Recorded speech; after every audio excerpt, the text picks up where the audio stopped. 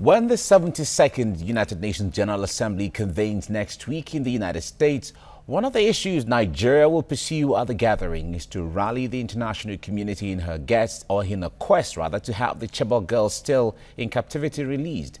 Social commentator, women and child rights activist Mary Ikoku joins us now via Skype to take a look at what Nigeria might be looking to get out of the assembly. Mary, it's good to have you join us right now. Good morning. Good morning.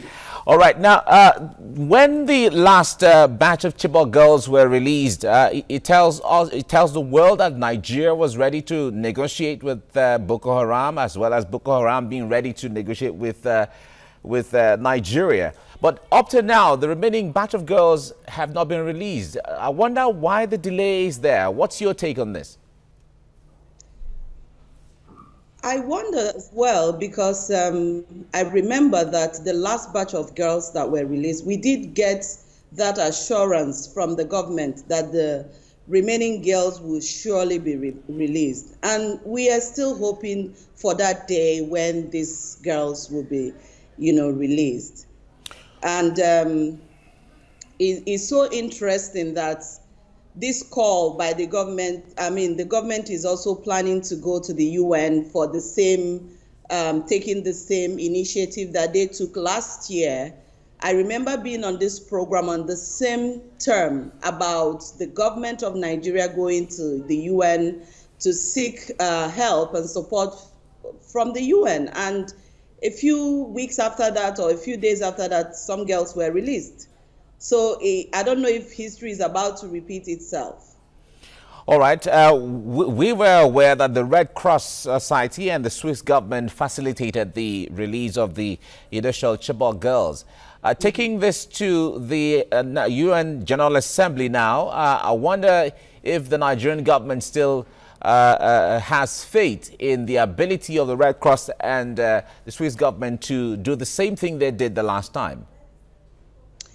Well, the truth is that Nigerian government did go to UNGA last year for this same reason. It was one of the items that they took to the UN General Assembly. However, a few days or about a week after that meeting, two of the girls were released or found. Now, going to the UN again for the same kind of support, it may not be out of place, but I'm just wondering the role that the UN is going to play here, because these are children that have been kept in captives, and we don't know how this whole thing is going to pan out, the kind of support that the UN is going to give. It doesn't fall within the purview of the UN to do so. It's another question that I would like to ask. And what arm of the UN is going to deal with this issue? Is it the peacekeeping goal? But if it's peacekeeping, is it some kind of war? These are people that have been kept in captive. Is it that the government cannot really do what they promised they were going to do?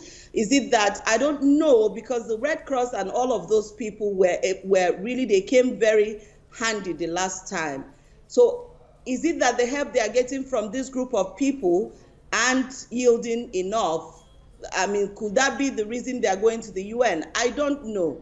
And I also heard I listened to the minister, the foreign affairs minister, and he said something in the line that this is supposed to be the best. I can't remember how he put it, but is kind of something. The best news is that Nigeria is playing at that highest level with the international community. But I don't think that is really the excellent message here. The excellent message should be what kind of conversations that the Nigeria government is having at this highest level with the international community. That is what should be the excellent message. We are very much interested in the kind of conversation that is going on there.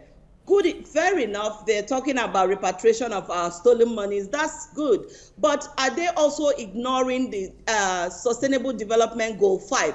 Because that is one deep dent that this country has not paid any kind of attention to. And they need to begin to pay serious attention to SDG Goal 5. All right. Well, certainly we look forward to all those as part of the discussions at the UN General Assembly. But let me ask you this before I let you go now.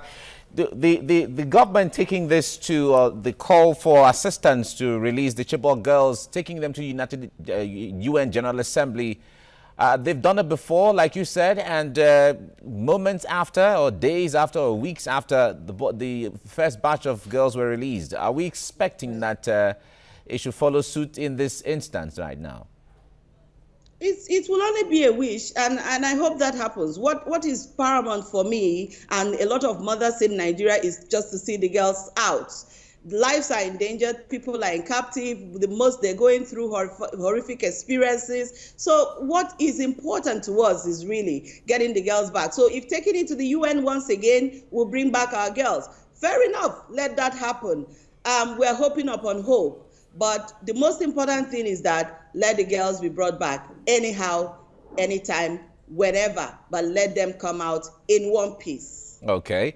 Women and children rights activist Mary Ikoku, thank you for talking to us on TVC News. Thanks for having me. Right.